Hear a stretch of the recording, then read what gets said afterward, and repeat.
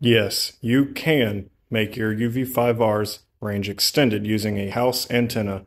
Me being an unapologetic Baofeng supporter and lover, I'm going to show you how I have it set up so I can extend the range of my UV5R. First things first, you're going to need to remove the antenna. Now, you need to take it to your connections with your roof antenna. Most roof antennas have a standard PL239 connector. The Baofeng UV5R has a standard male SMA connector.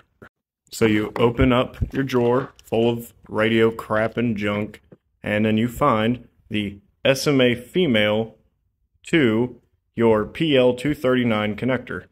Now your radio should look something like this, with an antenna tail coming off of it with the connector adapter sitting right there. I have now connected the adapter to my PL239 connector, which wraps all the way up to the roof of my house. Following along the lines there, you can see where it goes up and connects to the roof of my house, which has my antenna way up on the chimney. Using this method, I've talked to the International Space Station, people multiple states away, anything else that falls in the line of your UV5R and how to properly use it.